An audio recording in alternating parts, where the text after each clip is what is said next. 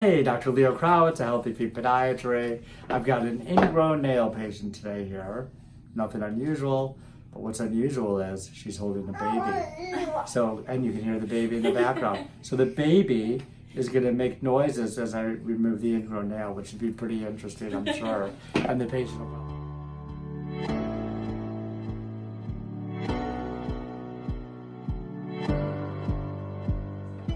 So we're gonna go ahead and do the procedure that we usually do. And this time I'm gonna show you how I put this tourniquet on. So I'm gonna wrap this around the toe, and this is extremely tight. And what I'm doing is pushing the blood out of the toe. That's called exsanguinating.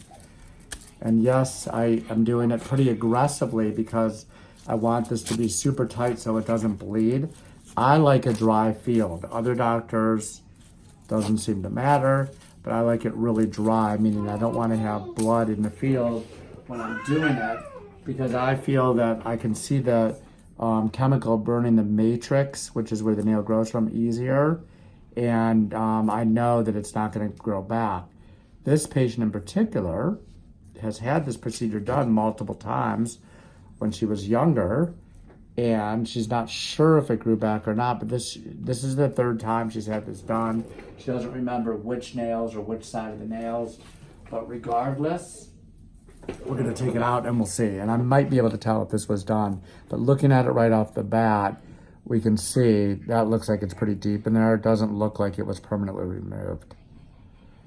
So I'm actually freeing up the nail right now.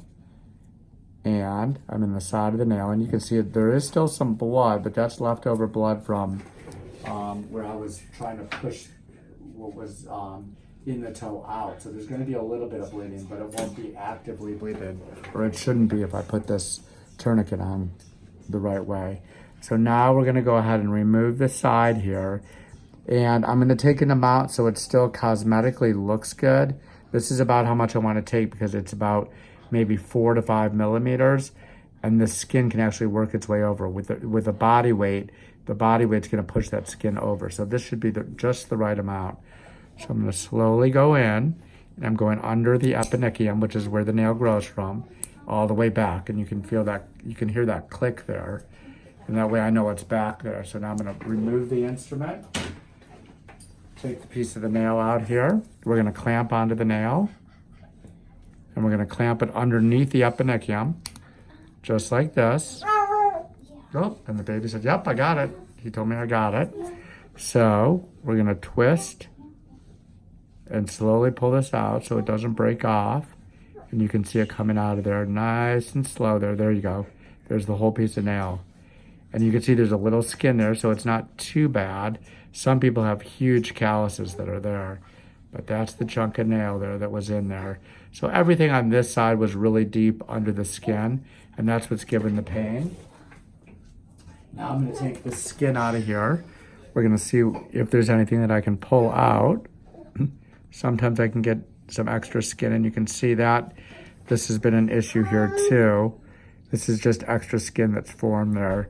And I'm actually going to just kind of pull it out with the hemostats, or I may have to use a tissue nipper to get some of it out, but it's actually easier like this because I know that if I get the leading edge, it'll just kind of pull right off of there, and that's it. And that's all the dead stuff there.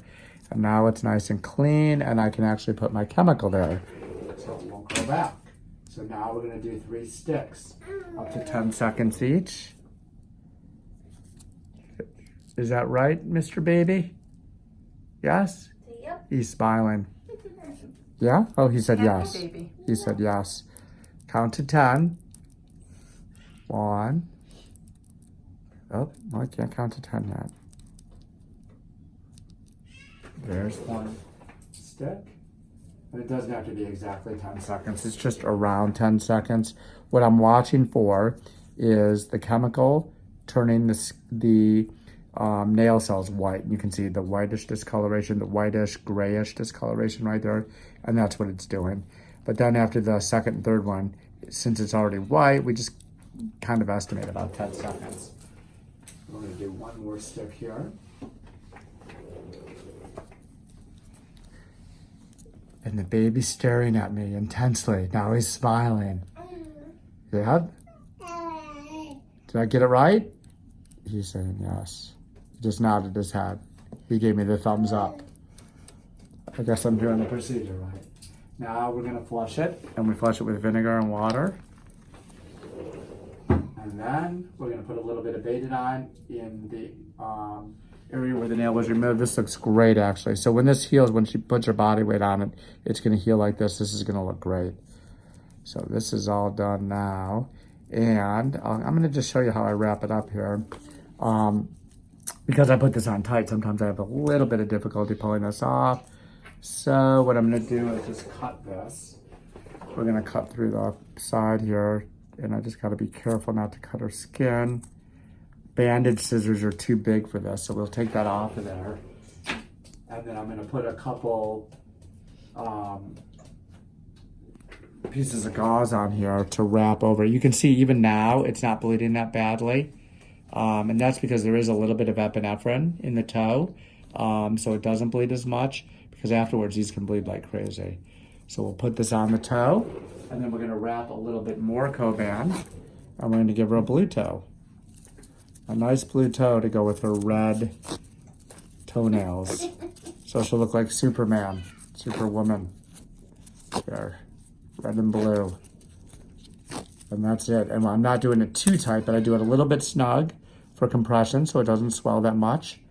And then she will remove the dressing tomorrow, take it off. She's gonna clean it twice a day with soap and water, or she's gonna use a saline if we dispense her our nail pack. If we have some here that have gauze in it, she'll wrap it each day, and then remove it at nighttime to let the air get to it so it can dry out, because these tend to drain for about 3 weeks. Then she'll follow up 2 weeks later. I'll clean the side of the nail out, and 2 weeks later she'll follow up again, and we'll get any remaining dead tissue out of there, any debris out of there, and it should be healed by 4 weeks. And she'll be on her way, and hopefully she won't be here for a 4th time. Actually, she wasn't to me the first 3, but hopefully she isn't going to have another ingrown nail again, and she'll be able to go on with her regular activities. So if you like what you see, you can subscribe to the channel. You can go to our Instagram page at Healthy Feet Podiatry, and we're going to have plenty more videos for you in the future. And now I can take my glasses off, and I can see everything around me. Have a great day.